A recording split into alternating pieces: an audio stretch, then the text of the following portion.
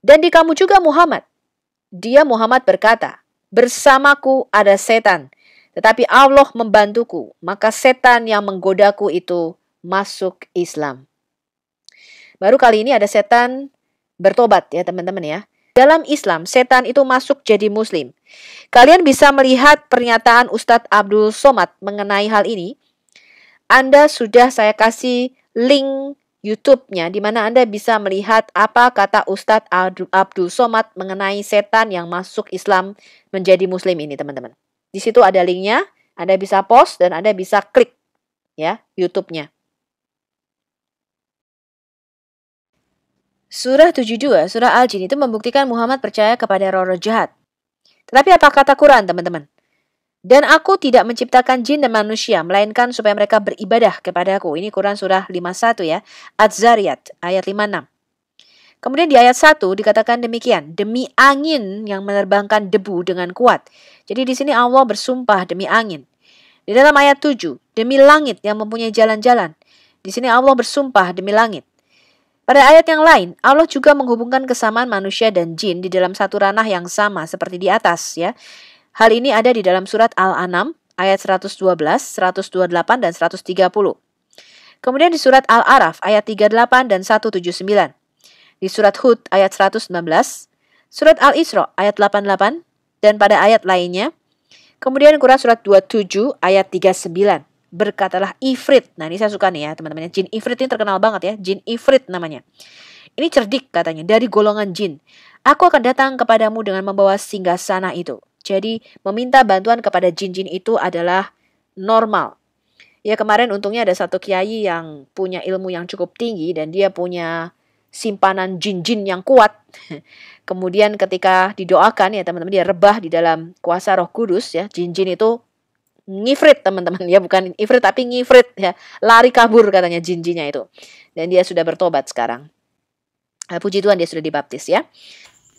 Ya, salam jumpa lagi bersama saya di channel ini Sobatku.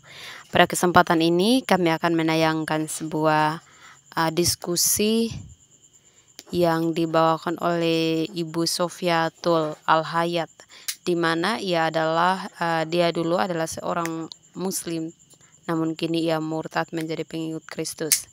Nah, penasaran dengan video di mana ia bongkar habis-habisan tentang iman lamanya? Mari kita sama-sama tonton video berikut ini. Datang. Kemudian Yesus menutup kitab itu dan memberikannya kembali kepada pejabat yang ada di situ, lalu duduk, dan mata semua orang di dalam rumah ibadat itu tertuju kepadanya. Lalu Yesus mulai mengajar dan katanya, pada hari ini genaplah nats ini sewaktu kamu mendengarnya. Jadi Yesus mengklaim nubuatan Yesaya itu adalah nubuatan mengenai dia teman-teman. Sekarang kita mau bicara jujur apa adanya ya. Apakah Muhammad itu dipenuhi oleh Roh Kudus? Islam itu tidak percaya Roh Kudus adalah Elohim atau Allah itu sendiri. Mereka menganggap Roh Kudus itu adalah Jibril. Dan semua muslim itu mempunyai yang namanya jin muslim. Itulah sebabnya Muhammad memerintahkan salam. Assalamualaikum. Itu berarti salam kepada orang banyak. Karena muslim percaya jin-jin muslim yang kau berikan salam itu akan memberkatimu balik. Jadi mereka percaya bahwa seorang muslim itu disertai oleh jin-jin. Ya, tapi tidak dipenuhi oleh Roh Kudus. Nah, ini berkebalikan dengan konsep Alkitab. Abdullah ibnu Mas'ud melaporkan bahwa Rasulullah berkata, tidak ada di antara kamu yang tidak ditempeli dari antara jin atau setan. Mereka, para sahabat berkata, utusan Allah, apa denganmu juga? Kemudian Muhammad berkata, iya, tetapi Allah membantuku melawannya. Jadi aku aman dari tangannya dan dia tidak memerintahkanku tetapi untuk kebaikan. Jadi setan atau jin itu memerintahkan Muhammad untuk kebaikan. Ini tercatat di Sahih Muslim 2814a, buku referensi buku 52 hadits 62, English referensi buku 39 hadits 6757. Jabir meriwayatkan bahwa Nabi berkata, jangan masuk ke Al-Mugibar. Itu wanita yang suaminya tidak ada di tempat. Karena memang setan mengalir di setiap dari kalian seperti ketika darah mengalir. Jadi mengalir di dalam nadi. Kami berkata, dan di kamu juga Muhammad. Dia Muhammad berkata, bersamaku ada setan. Tetapi Allah membantuku, maka setan yang menggodaku itu masuk Islam. Baru kali ini ada setan bertobat ya teman-teman ya. Hadis ini grade-nya Hasan, referensinya adalah di Jami At-Tirmidzi 1172, buku referensi buku 12 hadits 27. Inggris referensinya adalah volume 1, buku 7, hadits 1172. Di dalam Islam, setan itu masuk jadi muslim. Kalian bisa melihat pernyataan Ustadz Abdul Somad mengenai hal ini. Anda sudah saya kasih link YouTube-nya di mana Anda bisa melihat apa kata Ustadz Abdul Somad mengenai setan yang masuk Islam menjadi muslim ini, teman-teman. Di situ ada linknya, Anda bisa post dan Anda bisa klik ya YouTube-nya. Surah 72, surah Al-Jin itu membuktikan Muhammad percaya kepada roh-roh jahat. Yang Alkitab jelas-jelas mengatakan di Imamat 17 ayat 7, janganlah mereka mempersembahkan lagi korban mereka kepada jin-jin. Sebab penyembah jin-jin itu adalah zina. Apalagi berteman, bersekutu, ya, itulah yang harus menjadi ketetapan untuk selama-lamanya bagi mereka turun-temurun. Ini ada di dalam kitab Taurat. Kemudian 2 Tawarik 11 ayat 14 sampai 15. Sebab orang-orang Lewi meninggalkan tanah pengembalaan dan milik mereka lalu pergi ke Yehuda dan Yerusalem. Oleh karena Yerobeam dan anak-anaknya melarang mereka memegang jabatan imam Yahweh dan mengangkat bagi dirinya imam-imam untuk bukit-bukit pengorbanan untuk jin-jin dan untuk anak-anak lembu jantan yang dibuatnya. Tetapi apa kata Quran, teman-teman? Dan aku tidak menciptakan jin dan manusia, melainkan supaya mereka beribadah kepada aku. Ini Quran surah 51 ya, Az-Zariyat ayat 56. Kemudian di ayat 1 dikatakan demikian, demi angin yang menerbangkan debu dengan kuat. Jadi di sini Allah bersumpah demi angin. Di dalam ayat 7, demi langit yang mempunyai jalan-jalan. Di sini Allah bersumpah demi langit. Pada ayat yang lain, Allah juga menghubungkan kesamaan manusia dan jin di dalam satu ranah yang sama seperti di atas ya. Hal ini ada di dalam surat Al-An'am ayat 112, 128 dan 130. Kemudian di surat Al-Araf ayat 38 dan 179. Di surat Hud ayat 119, surat Al-Isra ayat 88 dan pada ayat lainnya. Kemudian Quran surat 27 ayat 39. Berkatalah Ifrit. Nah, ini saya suka nih ya, teman-teman. Jin Ifrit ini terkenal banget ya, Jin Ifrit namanya. Ini cerdik katanya, dari golongan jin.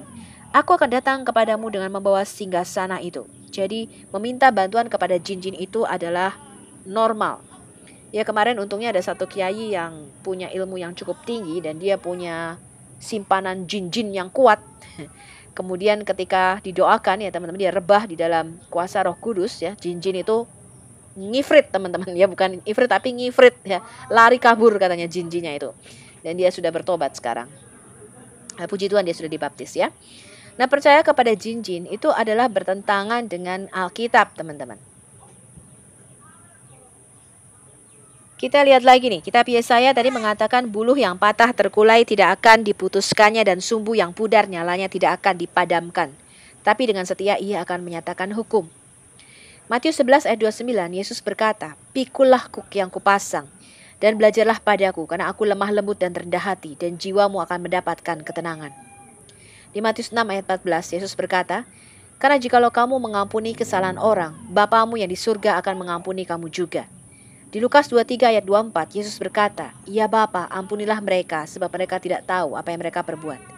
Yesus itu membuat satu perjanjian yang baru dengan kedatangannya. Yesus tidak pernah membunuh seorang pun. Dan dengan demikian juga gereja mula-mula mereka mati sebagai martir. Dan tidak pernah melakukan invasi penyebaran Kristen dengan pemaksaan dan pembunuhan. Muhammad melakukan hal-hal ini di masa hidupnya. Kemudian menyuruh mereka membayar jizyah, yaitu pajak untuk perlindungan supaya tidak dibunuh oleh Muhammad. Jadi Mekah itu ditaklukkan, orang-orang suku Quraisy itu masuk Islam dengan cara direbut, teman-teman, dengan cara peperangan pada waktu itu ya. Mekah direbut, kemudian mereka dipaksa untuk masuk Islam. Tapi penyebaran Kristen tidaklah demikian. Kalau Anda baca di Kisah Para Rasul, gimana ceritanya? Mereka menunggu di hutan Yerusalem, dipenuhi Roh Kudus ya. Kemudian Petrus berkhotbah. Dan pada waktu itu 3.000 orang diselamatkan. Jadi dengan tanda-tanda kuasa dan mujizat, rasul-rasul itu menyebarkan kepercayaan Kristus itu ya, sehingga kita disebut Kristen. Ini adalah daftar orang-orang yang diperintahkan Muhammad untuk dibunuh karena menentang dia. Asma binti Marwan, Penyebabnya adalah membuat syair yang menentang Muhammad. Hasilnya dia dibunuh. Sumbernya adalah Ibn Hisham dan Ibn Ishaq, Sirat Rasulullah, Ibn Sa'ad, Kitab Al-Tabakat Al-Kabir volume 2. Kemudian Abu Afaq adalah orang Yahudi juga membuat syair yang menentang Muhammad. Dia dibunuh juga. Sumbernya sama. Anda bisa lihat di situ. An-Nadir ibn Al-Harith. Sebuah ayat Al-Quran itu diturunkan tentang dia. Ya karena mengejek Al-Quran sebagai dongeng orang-orang dari zaman kuno. Dia dipenggal oleh Ali. Sumbernya sama, Ibn Hisham dan Ibn Ishaq, Sirat Rasulullah, dan Quran surah 83 ayat 13. Kemudian Uqbah bin Abu Mu'aid. Dia ditangkap di dalam pertempuran di Badar dan dibunuh dan tidak ditebus karena dia melemparkan isi perut binatang yang mati kepada Muhammad dan melilitkan kainnya di leher Muhammad saat Muhammad sedang berdoa. Sumbernya sama, Ibn Hisham dan Ibn Ishaq, kemudian dicatat juga di At-Tabari volume 9 Hari-Hari Akhir Muhammad, di Sahih Bukhari volume 1 buku 9 hadis 499 dan di volume 6 buku 60 hadis 339. Kemudian ini Ka'b ibn al-Ashraf. Menurut Ibn Ishaq, Muhammad memerintahkan para pengikutnya untuk membunuh dia karena dia pergi ke Mekah saat Badar dan melecehkan Muhammad dan menyusun ayat-ayat di mana dia meratapi para korban Quraisy yang terbunuh di Badar. Tidak lama kemudian dia kembali ke Madinah dan menyusun ayat-ayat cinta yang bersifat menghina tentang wanita muslim. Ibn Katsir menambahkan bahwa dia menghasut orang-orang untuk melawan Muhammad, lalu Muhammad memerintahkan untuk membunuh dia. Anda bisa baca sendiri ya, sumbernya ada di situ. Kemudian Abu Rafi ibn Abu al-Hukaik, karena dia mengejek Muhammad dengan membuat puisi. Sumbernya Anda bisa lihat sendiri di situ.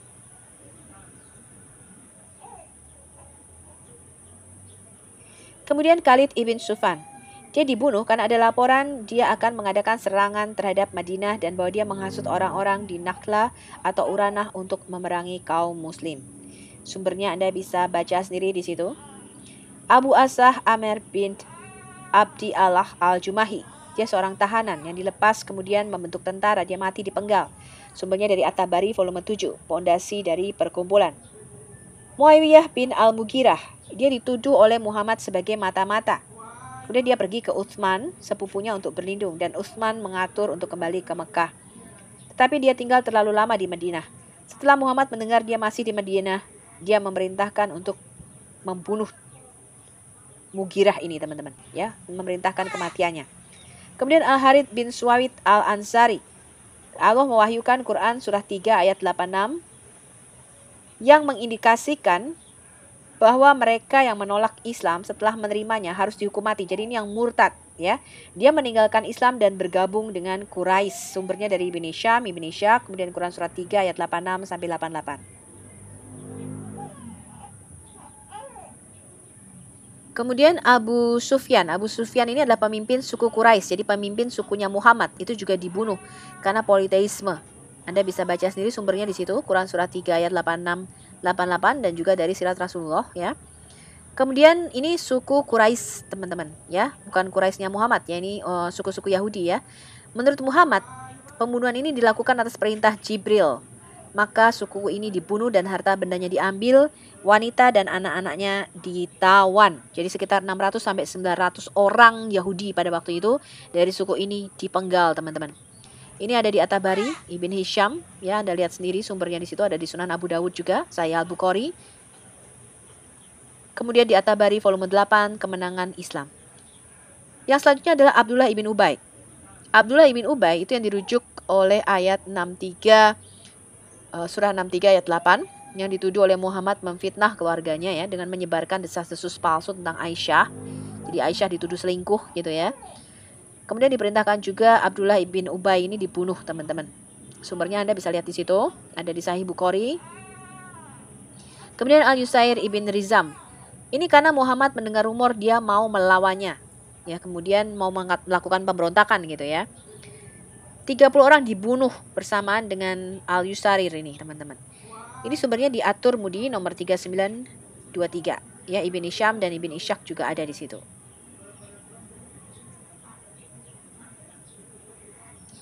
Kemudian pembunuhan 8 orang dari Ukil. Mereka masuk Islam kemudian murtad, disiksa dan diseret oleh unta Muhammad. Ya, sumbernya ada di Quran surah 5 ayat 33 sampai 39. Sahih Bukhari juga dicatat di situ, Anda bisa lihat sendiri. Rifa'ah bin Qais. Penyebabnya apa, teman-teman? Karena Muhammad mendengar mereka mau menarik orang-orang Qais untuk melawannya. Kemudian dia dipenggal dan 4 wanita ditawan. Sumbernya ada di situ juga. Kemudian Abdullah bin Katal itu karena membuat syair mengejek Muhammad. Dia membunuh budak dan lari. Fartana itu seorang budak karena dia menyanyi lagu sinis menyindir Muhammad. Ya, ini Anda bisa lihat semua sumber-sumbernya ada di situ, teman-teman. Kemudian Quraibah, itu seorang gadis budak Abdullah ibn Katal karena dia biasa menyanyikan lagu-lagu menyindir tentang Muhammad. Ya, kemudian dia minta ampun dan masuk Islam. Ya, dia takut ya, jadi nggak jadi dibunuh gitu ya, teman-teman ya. Huwairid ibn Navid, ya ketika putri-putri Muhammad melarikan diri dari Madinah, dia menikam unta mereka menyebabkan luka-luka. Dia adalah seorang penyair yang memalukan dan melecehkan Islam. Jadi rata-rata tuh bikin puisi, bikin lagu gitu yang menyindir ya. Kemudian harus dibunuh, teman-teman ya. Mikais ibnu Subabah ya. Mikais ini membunuh seorang muslim, teman-teman, secara tidak sengaja. Dia membunuh saudaranya. Kemudian dia melarikan diri ke Mekah dan menjadi murtad dengan memeluk politeisme. Zara. Nah, Ibn Ishaq mengatakan Muhammad memerintahkan Zara itu dibunuh karena dia telah menghinanya di Mekah. Ya, tidak tahu bagaimana menghinanya, pokoknya Zara ini sudah menghina gitu ya, lalu diperintahkan untuk dibunuh. Jadi semua yang menghina Muhammad itu harus dibunuh, teman-teman.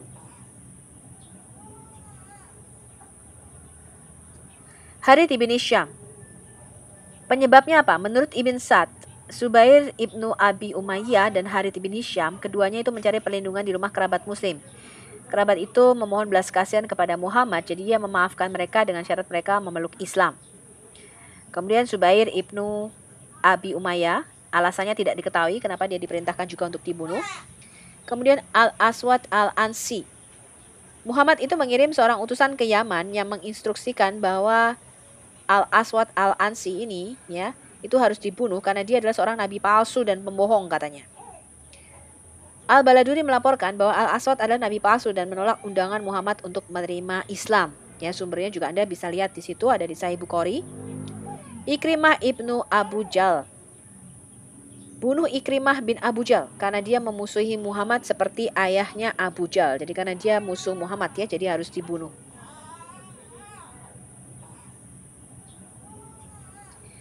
Wahsy ibnu Harb. Kemudian Wahsy ibnu Harb ini karena membunuh paman Muhammad pada waktu perang Uhud. Dia kemudian memohon ampun dan masuk Islam. Ka'b ibnu Zuhair ibnu Abi Sulamah, itu karena dia membuat syair yang menyindir Muhammad. Al-Harith bin Al-Talatil, dia mengejek Muhammad dengan puisi. Abdullah ibnu Sibara, dia mengejek Muhammad juga dengan puisi. Kemudian Hubairah dibunuh karena mengejek Muhammad dengan puisi. Sumbernya ada di At-Tabari. Kemudian juga ada di biografinya Muhammad gitu ya. Anda baca sendiri di situ. Hindi binti Utbah itu karena memotong jantung paman Muhammad Hamzah ketika dia meninggal selama pertempuran di Uhud. Kemudian Amr ibn Jihash dituduh Muhammad mencoba untuk membunuhnya. Jadi disuruh dibunuh oleh Muhammad ya. Kemudian Pangeran Dumatul Jandal. Muhammad menyuruh menyerang untuk jizyah dan harta rampasan. Jadi sukunya itu dibunuh ya, teman-teman ya.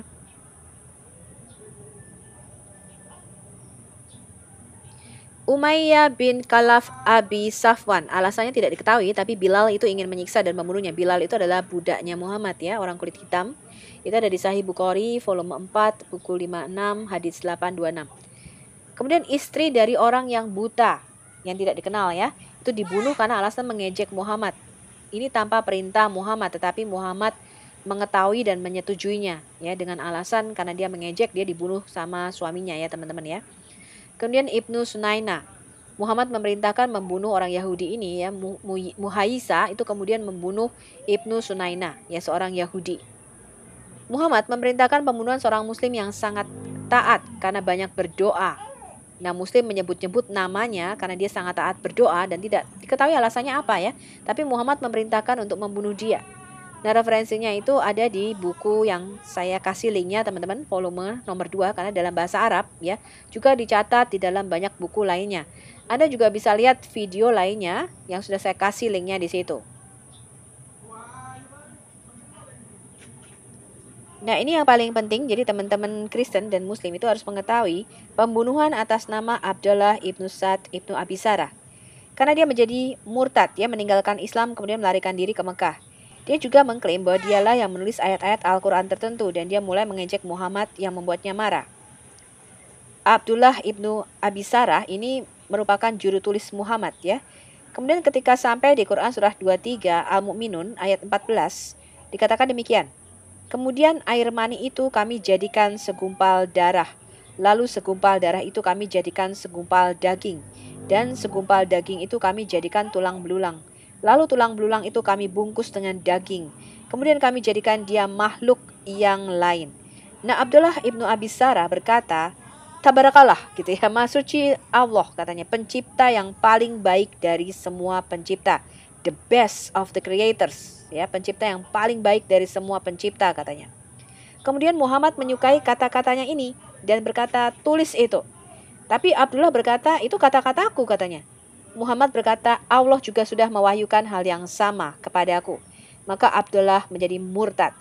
Nah, untuk cerita lengkapnya Anda bisa baca di Ibnu Hisham, Ibnu Ishaq juga, ya, Sirat Rasulullah, di At-Tabari, History atau Sejarah, ya, volume 9, Sunan Abu Daud 38, hadis 4346, ya, kemudian Sunan Abu Daud volume 14, hadis 2677. Kemudian Ibnu An-Nawaywah, ya, susah sekali namanya, ya, teman-teman, ya. Karena dia mengklaim Musailimah itu adalah seorang nabi. Maka Abdullah ibnu Mas'ud membunuh Ibnu Nawaywah, ya, ketika dia tidak lagi menjadi utusannya. Ya, ini juga dicatat di Tabari volume 10 dan di Sunan Abu Daud.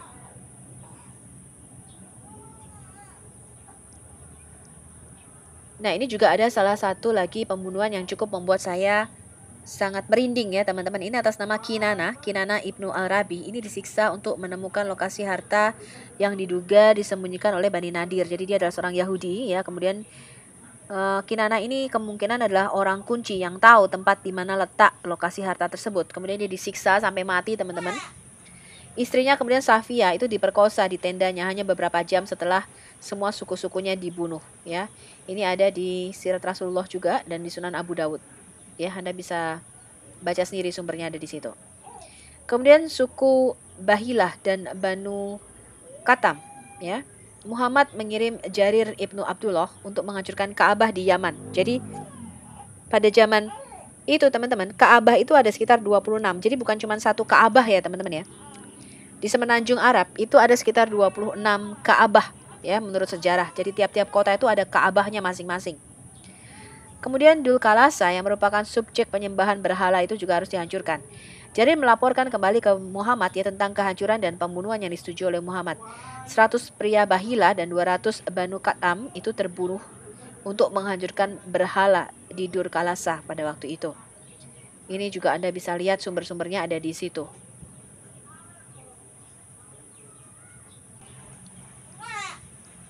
Utusan Allah itu berkata, aku diberikan kemenangan dengan teror, ya, atau teror yang dilemparkan ke dalam hati musuh. Jadi ketakutan yang dilemparkan di dalam hati musuhnya. Dan ketika aku tidur, kunci harta karun dunia dibawa kepadaku dan diletakkan di tanganku. Abu Hurairah menambahkan, utusan Allah telah meninggalkan dunia dan sekarang kamulah orang-orang yang akan mendapatkan harta itu. Jadi atas nubuatan Muhammad ini yang dikatakan bahwa harta dunia itu diletakkan di tanganku, maka Abu Hurairah berkata, sekarang ini saatnya kamu mengambil alih harta dunia itu, katanya, ya. Ini ada di Sahih Al-Bukhari 2977, buku referensi buku 56 hadis 186, English referensi volume 4 buku 52 hadis 220. Hal ini tercatat di dalam banyak hadis sahih, teman-teman. Bahkan orang-orang itu akan ketakutan mendengar Muhammad dari jarak 1 bulan perjalanan jauhnya. Sekarang kita lihat, ya, dikisahkan Jarir bin Abdullah, Nabi berkata, saya telah diberikan 5 hal yang tidak diberikan kepada orang lain sebelum saya. Allah membuat saya menang dengan kekaguman, ya, dalam kurung menakuti musuh-musuh saya atau teror dalam jarak 1 bulan perjalanan jauhnya. Ya, jadi dalam jarak yang jauh ketika mereka dengar kalau Muhammad datang itu mereka sudah ketakutan. Bumi telah dibuat untuk saya, dalam kurung dan pengikut saya, tempat untuk sholat dan sesuatu yang dapat digunakan untuk melakukan tayamum, jadi untuk menyucikan diri. Oleh karena itu siapapun, ya, dari pengikut saya dapat berdoa di mana saja dan kapan saja. Salat itu harus dilakukan. Ini adalah Bulugh Al-Maram 126, buku referensi, buku 1, hadits 154, English Translation, buku 1, hadits 136.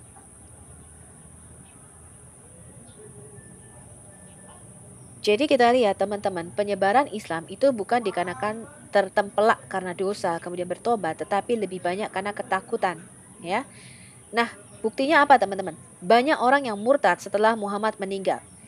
Ini terkenal dengan adanya perang Ridha atau perang kemurtatan. Itu adalah serangkaian kampanye militer yang diluncurkan oleh Khalifah Abu Bakar melawan suku-suku Arab yang menjadi pemberontak selama tahun 632 Masehi dan 633 Masehi. Tepat setelah kematian Nabi Islam Muhammad, yaitu 8 Juni 632 Masehi.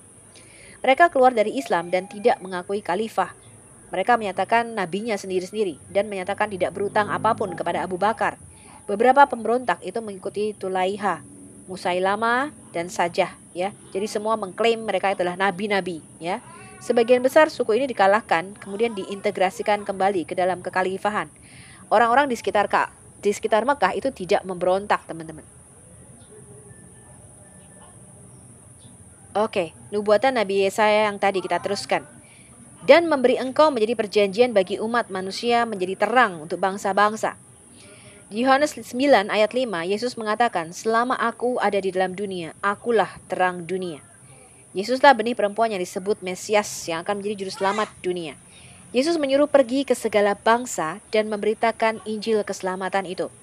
Dialah yang ditetapkan Allah sebagai hakim antara orang hidup dan mati. Quran surah 14, ini adalah Quran surah Ibrahim, ya, ayat 4. Dikatakan demikian, kami tidak mengutus seorang rasul pun melainkan dari kaumnya dan berbicara bahasa kaumnya, supaya ia dapat memberi penjelasan dengan terang kepada mereka. Jadi menurut Islam, nabi itu harus dari kaumnya sendiri dan berbicara bahasa mereka, supaya jelas gitu ya. Kalau misalnya ada nabi dari Thailand datang ke Indonesia, kan kita nggak tahu teman-teman, betul nggak apa yang diomongkannya. Nah, maka Allah menyesatkan siapa yang dia kehendaki dan memberi petunjuk kepada siapa yang dia kehendaki. Dan dialah Tuhan yang maha kuasa lagi maha bijaksana. Jadi nabi itu harus berasal dari kaumnya sendiri menurut Islam dan berbicara dalam bahasa kaumnya. Itulah sebabnya Islam percaya ada sekitar 124.000 nabi-nabi yang diutus. Quran surah 10, yaitu Quran surah Yunus ayat 47. Tiap-tiap umat itu mempunyai rasul. Maka apabila telah datang rasul mereka, diberikanlah keputusan antara mereka dengan adil, dan mereka sedikit pun tidak dianiaya. Quran surah 16 An-Nahl, ya, ayat 36, ya. Dan sesungguhnya kami telah mengutus rasul pada tiap-tiap umat untuk menyerukan, sembahlah Allah saja dan jauhlah togut itu. Maka di antara umat itu ada orang yang diberi petunjuk oleh Allah, dan ada pula di antaranya orang-orang yang telah pasti kesesatan baginya. Maka berjalanlah kamu di muka bumi dan perhatikanlah bagaimana kesudahan orang-orang yang mendustakan rasul-rasul itu.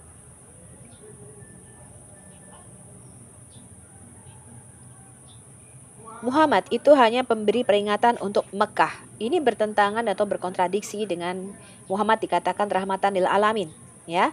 Quran surah 6 Al-An'am ayat 92 menyatakan demikian.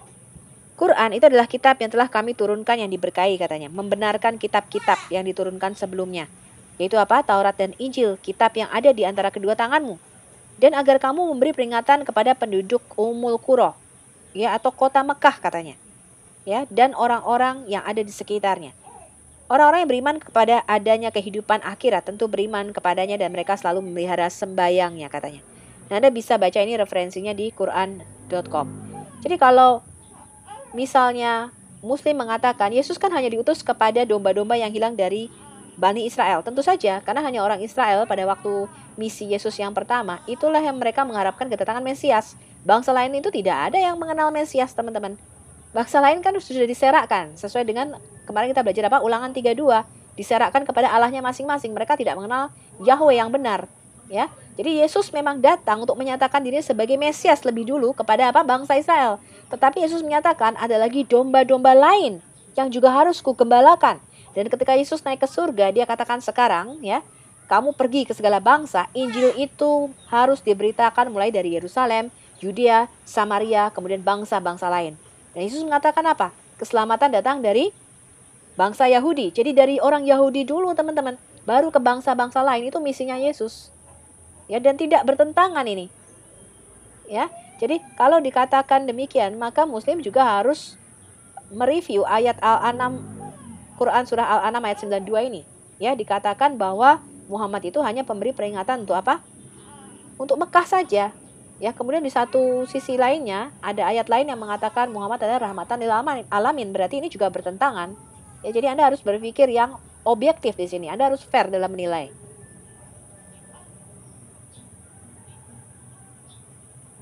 Sekarang kita lihat apa tanda kenabian Muhammad. Kalau di dalam Alkitab, di dalam kitab Taurat tadi secara spesifik dikatakan apa teman-teman?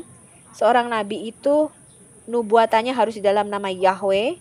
Yang kedua apa? Nubuatannya harus jadi. Kalau enggak berarti dia bukan nabi yang sejati. Quran surah 33 Al-Ahzab ayat 40. Muhammad bukanlah ayah dari siapapun laki-laki di antaramu, tapi utusan Allah dan tanda kenabian dalam kurung ada padanya. Kita lihat apa tanda kenabian Muhammad.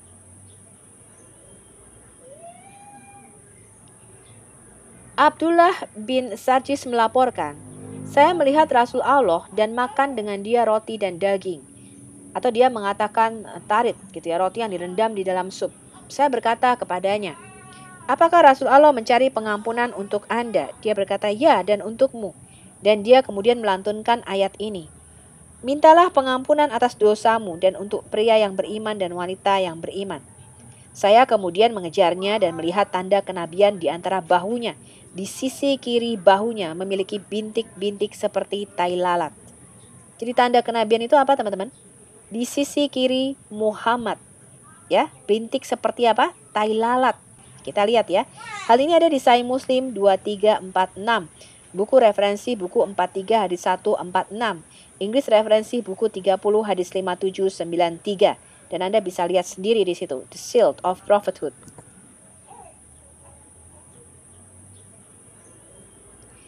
Deskripsi tentang tanda kenabian atau Seal of Prophethood ini telah diriwayatkan dalam Sahih Sunnah.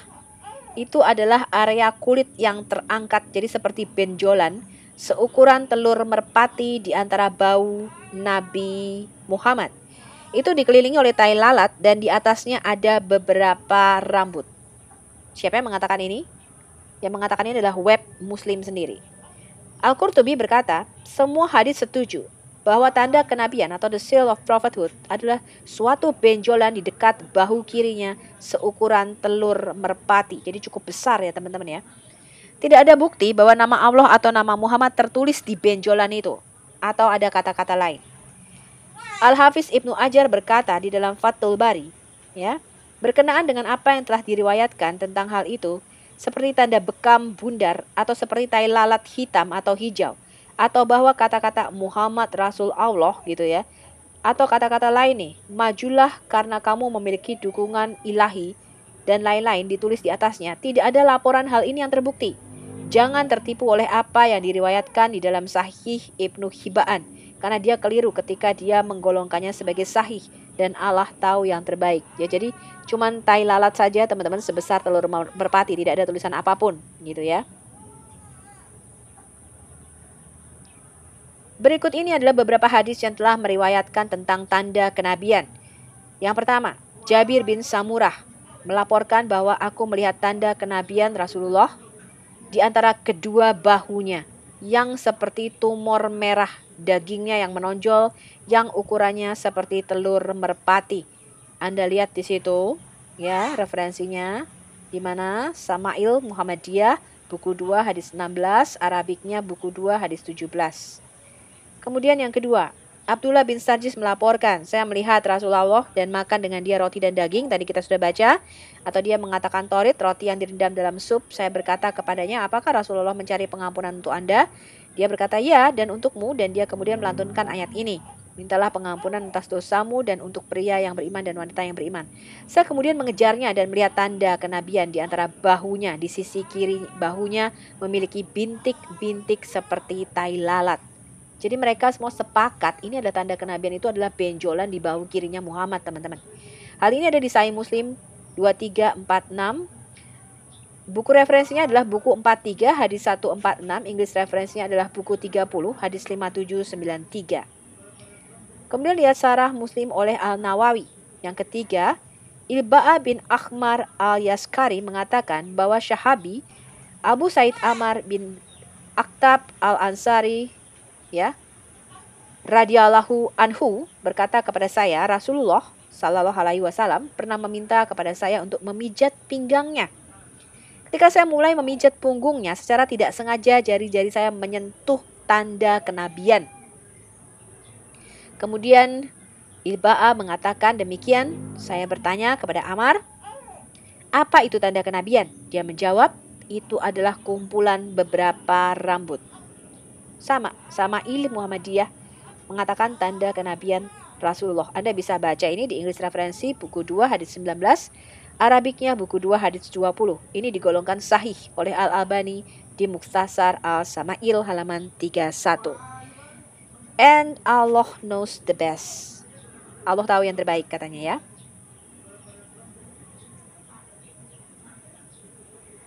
Nah, apa itu ulul azmi teman-teman?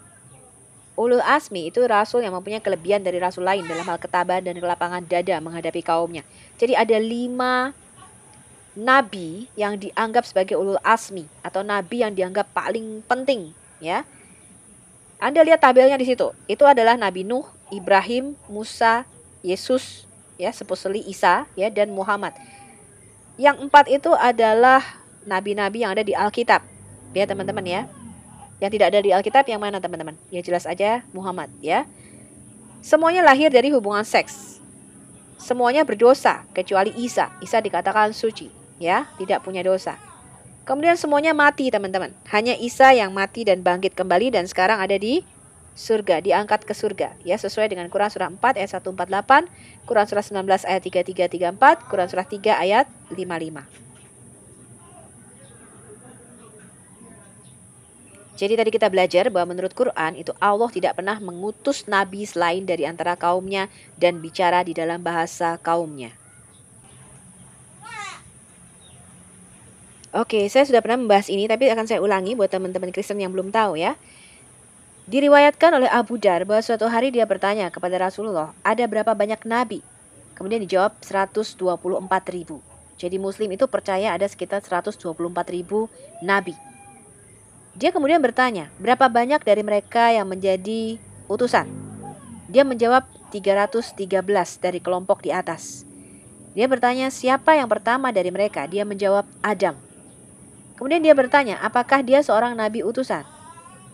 Dia menjawab, ya, Allah menciptakannya dengan tangannya sendiri dan meniupkan rohnya ke dalam dirinya. Abu Dar bertanya, ya Rasulullah, berapa banyak kitab suci surgawi yang turun? Dan Muhammad menjawab 104.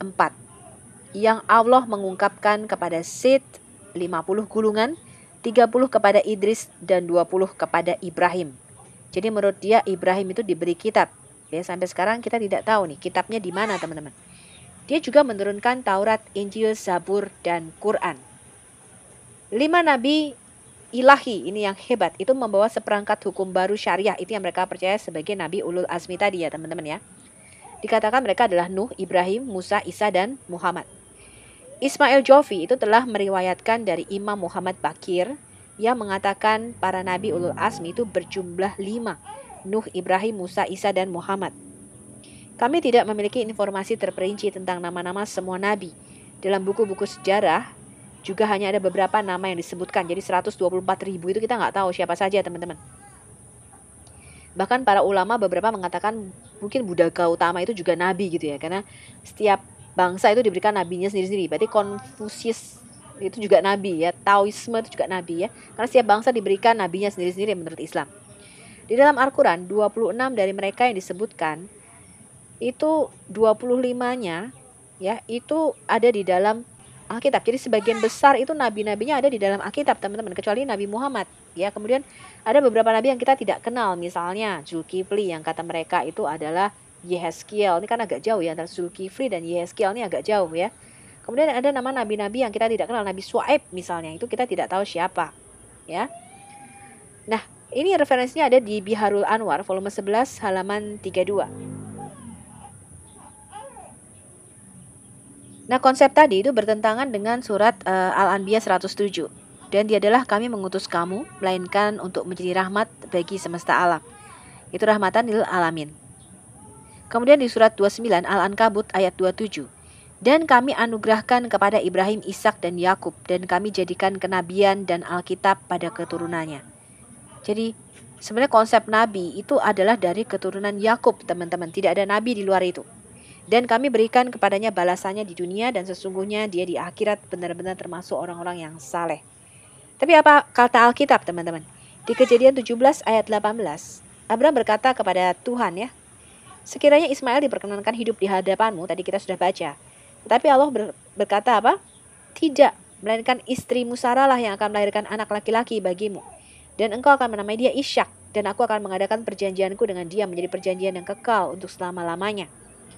Di Mazmur 147 ayat 19-20, ini sebagai ayat hafalan kita ya teman-teman ya. Ia memberitakan firman-Nya kepada Yakub, ketetapan-ketetapannya dan hukum-hukumnya kepada Israel. Ia tidak berbuat demikian kepada segala bangsa, dan hukum-hukumnya tidak mereka kenal. Haleluya. Yohanes 4 ayat 22, Yesus berkata, kamu menyembah apa yang tidak kamu kenal, kami menyembah apa yang kami kenal, sebab keselamatan datang dari bangsa Yahudi. Ya, jadi kita lihat beda konsep antara Islam dan Kristen di sini. Kemudian dikatakan di kitab Yesaya, hamba itu akan membuka mata yang buta, mengeluarkan orang hukuman dari tempat tahanan, dan mengeluarkan orang-orang yang duduk dalam gelap dari rumah penjara. Yesus jelas menyembuhkan mata orang yang buta sejak lahir maupun buta lainnya, ya buta rohani terlebih-lebih lagi ya. Tapi lebih jelas lagi itu membuka mata hati kita. Sebutkan orang buta yang sudah disembuhkan oleh Muhammad ataupun orang yang dikeluarkan dari tempat gelap di penjara.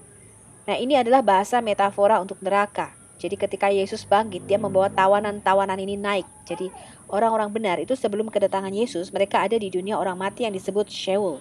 Mereka menunggu kedatangan Mesias itu sebelum naik ke Firdaus. Jadi dikatakan Yesus naik dengan membawa tawanan-tawanan. Di Efesus 4 ayat 8, itulah sebabnya kata Nats ini tatkala ia naik ke tempat tinggi, ia membawa tawanan-tawanan. Ia memberikan pemberian-pemberian kepada manusia. Artinya Yesus membebaskan jiwa-jiwa yang mati sebelum kedatangannya. Muhammad itu jelas tadi melakukan peperangan, kemudian juga mempunyai banyak budak ya teman-teman ya. Ini bukan rahasia lagi bahwa Muhammad itu mempunyai banyak tawanan. Muhammad memperkosa budak-budak itu diperbolehkan sesuai dengan Quran surah 33 Al-Azab ya ayat 50-51. Hai Nabi, sesungguhnya kami telah menghalalkan bagimu istri-istrimu yang telah kamu berikan mas kawinnya dan hamba sahaya yang kamu miliki, yang termasuk apa yang kamu peroleh dalam peperangan yang dikaruniakan Allah kepadamu. Dan juga anak-anak perempuan dari saudara laki-laki bapakmu, anak-anak perempuan dari saudara perempuan bapakmu, anak-anak perempuan dari saudara laki-laki ibumu, dan anak-anak perempuan dari saudara perempuan ibumu yang turut hijrah bersama kamu, dan perempuan mukmin yang menyerahkan dirinya kepada Nabi kalau Nabi mau mengawininya. Dalam arti mengawin ini berhubungan seksual ya teman-teman ya, bukan dinikahi atau justru nikah ini malah hubungan seksual ya, harusnya dikawini ya. Sebagai pengkhususan bagimu. Jadi ini hak hanya untuk Nabi Muhammad saja. Ya, jadi wanita-wanita itu boleh datang untuk menyerahkan dirinya kepada Muhammad untuk berhubungan seksual. Bukan untuk semua orang mukmin. Sesungguhnya kami telah mengetahui apa yang kami wajibkan kepada mereka tentang istri-istri mereka dan hamba sahaya yang mereka miliki, supaya tidak menjadi kesempitan bagimu. Dan adalah Allah Maha Pengampun lagi Maha Penyayang. Ya, jadi banyak perempuan-perempuan ya, hamba-hamba, sepupu-sepupunya, kalau tadi dilihat ya, itu semua halal buat Muhammad. Dan ini hak hanya untuk Muhammad teman-teman. Ya, khusus untuk dia nih ayat.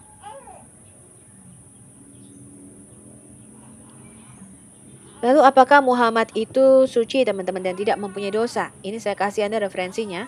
Ali bin Abu Thalib berkata ketika Nabi mengucapkan salam di akhir salat, ia biasa berkata, Ya Allah, ampuni aku atas dosa-dosa di masa lampau dan di masa kemudian. Apa yang telah saya lakukan secara rahasia dan apa yang telah saya lakukan secara terbuka. Dan apa yang telah saya lakukan karena tidak sengaja. Dan engkau tahu lebih baik daripada saya, engkau yang mempercepat, memperlambat, tidak ada Tuhan selain engkau. Referensinya dari Sahih Sunan Abu Dawud 1509 buku 8 hadis 94 buku 8 hadits 1504. Abu Hurairah melaporkan utusan Allah biasa berkata sambil bersujud, "Ya Tuhan, ampunilah semua dosaku kecil dan besar, pertama dan terakhir, terbuka dan rahasia." Hal ini ada di Sahih Muslim 483, buku referensi buku 4 hadits 246, Inggris referensi buku 4 hadits 980.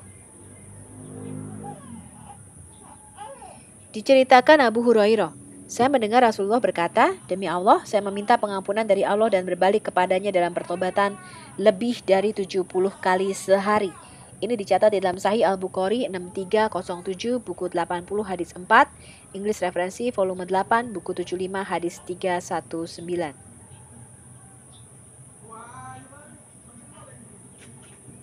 Lalu apa kata Alkitab tentang Yesus, teman-teman? Yesus dikatakan yang kudus, ya, yang kudus dari Tuhan.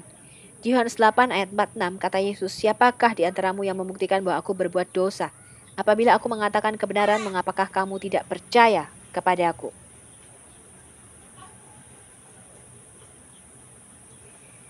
Nah, siapakah Yesus di dalam Quran, teman-teman?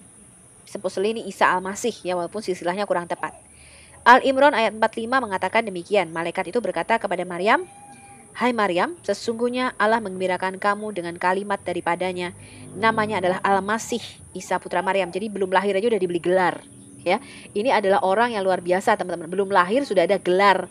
Gelarnya namanya Juru Selamat atau Al-Masih, ya. Seorang yang diurapi. Terkemuka di dunia dan di akhirat, termasuk orang-orang yang didekatkan. Kemudian terjemahan Indonesia ditambahi dalam kurung dengan kelahiran seorang putra yang diciptakan, padahal itu tidak ada di dalam aslinya, ya. Jadi menurut Quran, Isa itu adalah anak seorang perempuan bernama Maryam yang lahir tanpa ayah biologis, tetapi merupakan apa? Firman Allah dan Roh Allah.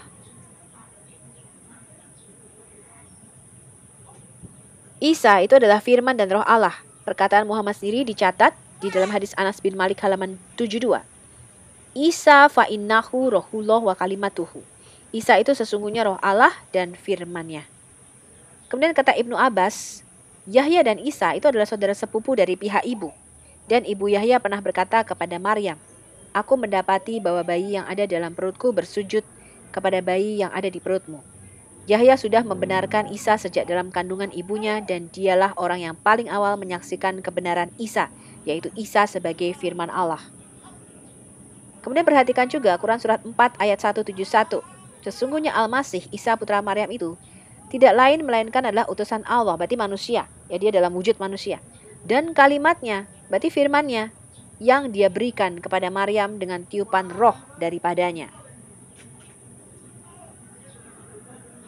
Oke, ini yang terakhir, teman-teman. Mereka menyatakan di Yesaya ini, teman-teman, "Nyanyikanlah nyanyian baru bagi Yahweh dan pujilah dia dari ujung bumi. Baiklah laut bergemuruh serta segala isinya dan pulau-pulau dengan segala penduduknya. Baiklah padang gurun menyaringkan suara dengan kota-kotanya dan dengan desa-desa yang didiami Kedar." Nah, kata-kata desa-desa yang didiami Kedar di sini menyatakan bahwa akan ada nabi keluar dari keturunan Ismail, yaitu dari Kedar. Tidak demikian, ya, teman-teman. Dikatakan di sini kaum Kedar itu akan menyanyi gitu loh, teman-teman. Bagi siapa? Bagi Yahweh. Ini sudah jelas dikatakan. Ya, padahal nyanyi itu kan haram di dalam Islam.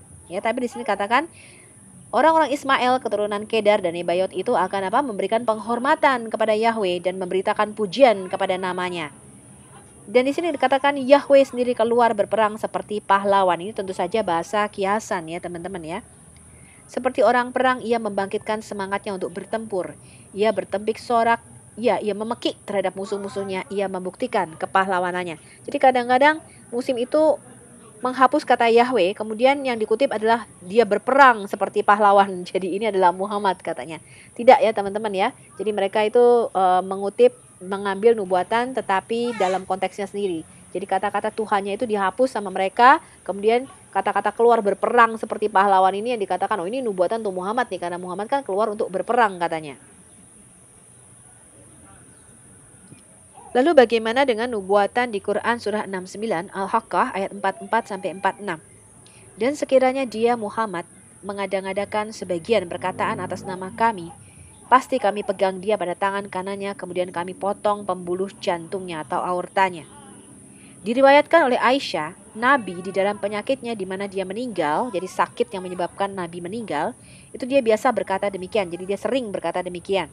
Oh Aisyah, aku masih merasakan rasa sakit yang disebabkan oleh makanan yang aku makan di Khaibar. Jadi racun, ya, ada wanita Yahudi yang memberikan racun kemudian dimakan oleh Muhammad, ya, di Khaibar. Dan pada saat ini aku merasa seolah-olah pembuluh jantung atau aorta saya sedang dipotong dari racun itu.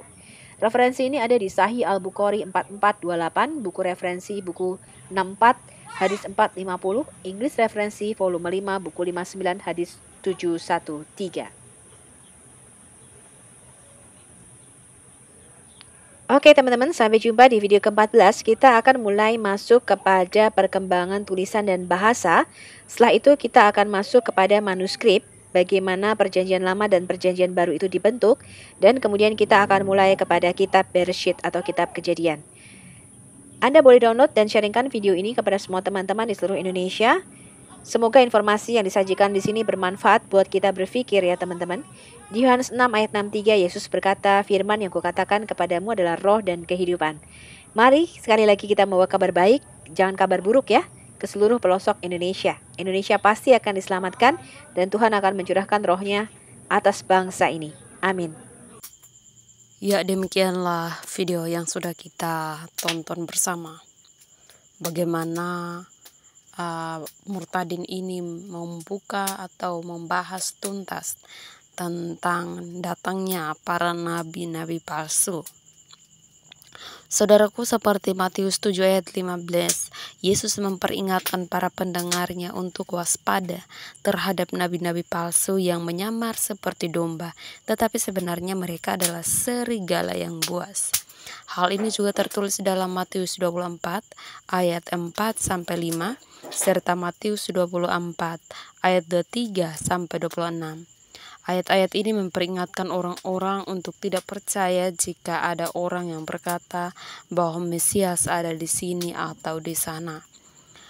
Markus 13 ayat 22 juga menyatakan bahwa nabi-nabi palsu dan Mesias palsu akan muncul dan akan mengadakan tanda-tanda dan mukjizat-mukjizat yang dahsyat.